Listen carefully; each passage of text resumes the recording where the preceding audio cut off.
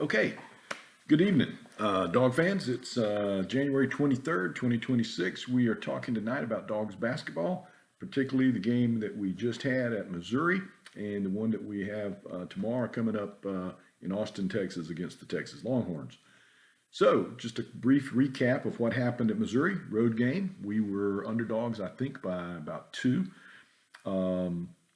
Back and forth game. We had the lead for the bulk of the game, especially in the second half, which has been a trend when the teams trying to make a run or do make a run and come back and close that gap. And so far, we've been able to use our depth and balance to last longer in those game situations, except for the Ole Miss game at home when they beat us in overtime on a last-second buzzer beater. So, what happened last week? We beat them on the road 74-72 with a last-second bucket by Marcus Millender, who had played great in the second half. I think he ended up maybe leading our scores. We're getting really good guard play out of our guards, all five of them really. Bailey, Ross, Blue Cane, Marcus Millender, and Jacob Wilkinson, all playing really well, and any one of those guys can impact the game in a positive way. We performed well on the road against a very hostile crowd there at Missouri and got the win. So we snuck out of there, as we would say back in the day. We robbed that train, got out of town with the win, and now we're looking at Texas on the road. Let's just look and see what we got here coming up with Texas. There's probably going to be some weather issues, I would expect, with this ice storm. So I'm thinking our Dogs are already out there. Should be by, sometime today, if not earlier, tonight, or if not earlier. It's not going to be, I think, really freezing early in the day tomorrow. So it's going to be more of an afternoon freeze, probably after the game, on into the night for those people there in Austin. That tells me that it may impact the crowd. So we'll circle back to that. But I would expect that may have an impact on the crowd as people struggle to make their plans to get home and get prepared for the ice storm, while also making time to go see between 1 o'clock and 3 o'clock, the meat of the afternoon there, trying to get ready for a storm. So and try to take time off to go see a basketball game. So we'll see how that rolls. But let's talk about how other people see this.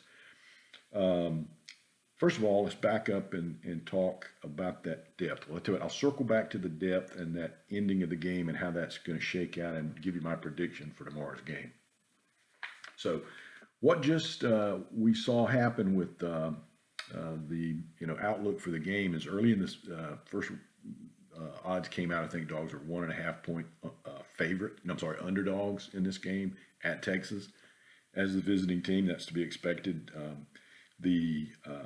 Let's look at the rankings. In the net rankings, we're ranked number 24. Texas is back of us at 43. In the Kim Pomeroy rankings, we're at number 26. They're behind us at 41.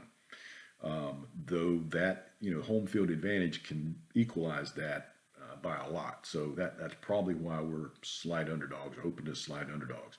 That number has moved from 1.5 point underdogs on the road here in Austin to 2.5 of late, and then it bounced back down to 1.5. Settled in again this afternoon, I think, at 2.5. So it looks like we're 2.5, maybe 3 point underdogs on the road at Austin against a Texas team that's been playing really, really good basketball.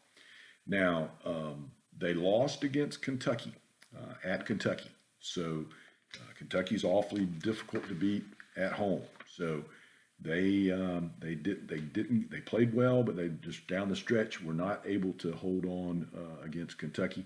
So they're going to be looking for some answers back at home. They come in with an 11-8 overall record. Dogs at 16-3. See what the Texas conference record is. They are 2 let's got them at 6-2 in the conference. 6-2 in the conference. So they're actually, so they're up there with Vanderbilt and Florida. Am I reading that right? Hold on. This is maybe the old schedule. That doesn't sound right. Let's see. So, at any rate, let's look at what we're seeing here. The rankings have us ahead of these guys, but the prognosticators have us as slight underdogs. I mentioned the Vegas line over at OddsShark. They have us as a 3-point underdog as well. Though they have not run their models, so they don't have a prediction yet. But I do. So just wait a second. Let's look at these SEC rankings real quick, and let's just see what we have here. And I want to talk briefly about the game that Texas had at Kentucky and what their rotation looks like compared to where we're sitting. So here we go. In the last game that they had at Kentucky, they had 6 players who played 26 or more minutes. 6 players who played 26 or more minutes on the road at Kentucky. They had 2 other guys come in. One gave them 8 minutes. The other guy gave them 11 minutes. And I'm just not thinking that kind of depth is going to be able to get it done against the Dawgs. I struggle to see how that could happen. Could happen. They could roll with those 6 players, and we never, it never evens out. But here's what we know. They're coming back home. They've just come off a loss at Kentucky. I'm sorry, I couldn't get up I can't get the rankings, the SEC rankings to come up for me. Give one more quick try, maybe my internet. Let's see.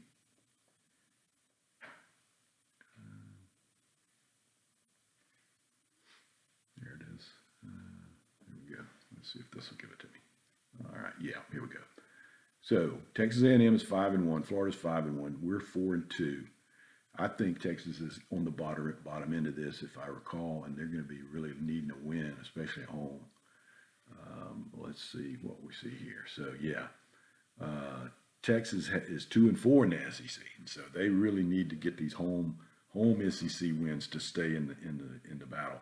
We need to steal one. So back to my conversation about the weather, the fact that the crowd may be impacted. They've got 6 players that play 26 or more minutes. We go 9, 10, 11 players deep. I think we got something like 11 players averaging 11 plus minutes a game. So we have depth, and it's been working for us. So my prediction is I think the Dawgs are probably going to pull this out. We may run into that defensive struggle and it slows things down, but I'm thinking 85-81. Dawgs come out on top. 85-81 in a scrappy game, but we get away with it on the road. So that's my prediction, and go Dawgs.